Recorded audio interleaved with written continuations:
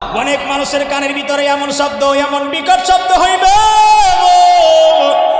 জীবনে কোনোদিন এমন শব্দ শুনে নাই। মানুষ হঠাৎ থেকে দাঁড়ায়া যাবে। কত মানুষ নিজের ঘরের ভিতরে এমন শব্দ হঠাৎ করে শুনবে। দোকানদার দোকানদারি করছে, হঠাৎ করে এমন শব্দ শুনে দোকানের কথা ভুলে যাবে। দুগ্ধ পান করাচ্ছে মা দুঃখিনী, শিশু বাচ্চা তার বুকের দুধ পান করছে, এমন সময় ওই সিঙ্গায় ফু যখন দিবে, সিঙ্গার ফু যখন কানের মধ্যে আসবে, ভুলে যাবে তার সন্তানের কথা। মা ভুলে যাবে সন্তানের কথা, দোকানদার ভুলে যাবে দোকানদারের কথা, কৃষক ভুলে যাবে তার জমি চাষের কথা, ব্যবসায়ী ভুলে যাবে তার ব্যবসায়ী কথা। এরকম যে যে জায়গার মধ্যে আছে, হঠাৎ করে এমন একটা শব্দ তার কানের মধ্যে চলে আসবে। এই শব্দ দুনিয়ার কোনো শব্দ না, হযরতে ইসরাফিল আলাইহিস সালামের সিঙ্গায় ফু হবে ওঠা। আল কারিআতু মাল কারিআ, করাঘাত হবে, করাঘাত, এমন করাঘাত গো, যেই করা শব্দের কারণে মানুষগুলি স্তব্ধ হয়ে যাবে।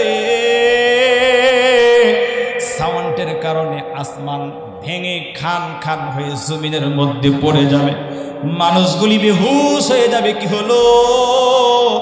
মানুষগুলি পাগলের মতো দৌড়াদৌড়ি শুরু করে দিবে। কি হয়ে গেল, কি হয়ে গেল, কি হয়ে গেল? এমন শব্দ কোথা থেকে আসে? এমন বিকট শব্দ কোনোদিন শুনি নাই। মানুষগুলি বেহুশের মতো দৌড়াবে, একজন আর একজনকে বলা বলি করবে, এমন কি ঘটনা ঘটে গেল, কি হলো? এটা কিসের শব্দ, কিসের শব্দ শুনলাম? আল কারিআতু মাল কারিআ। আল্লাহ বলেন, বন্ধু আমার, আল্লাহর হাবিবকে আল্লাহ তাআলা জানাইয়া দেয়, ওয়ামা আদরাকা মাল কারিআ।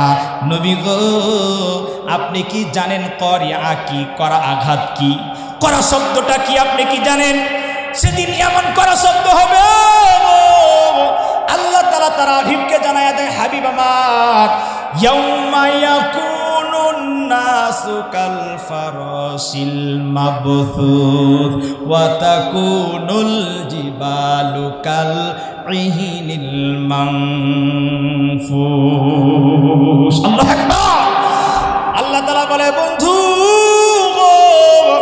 ওই দিন এমন শব্দ হবে, শব্দের কারণে মানুষগুলি এরকম বিক্ষিপ্ত পতঙ্গের মতো মানুষগুলি ছোটাছুটি করবে, নিজের জায়গায় স্থির হয়ে দাঁড়ায় থাকতে পারবে না, নিজের জায়গায় সজোরে দাঁড়ায় থাকার জন্য চেষ্টা চালাবে, কিন্তু পারবে না।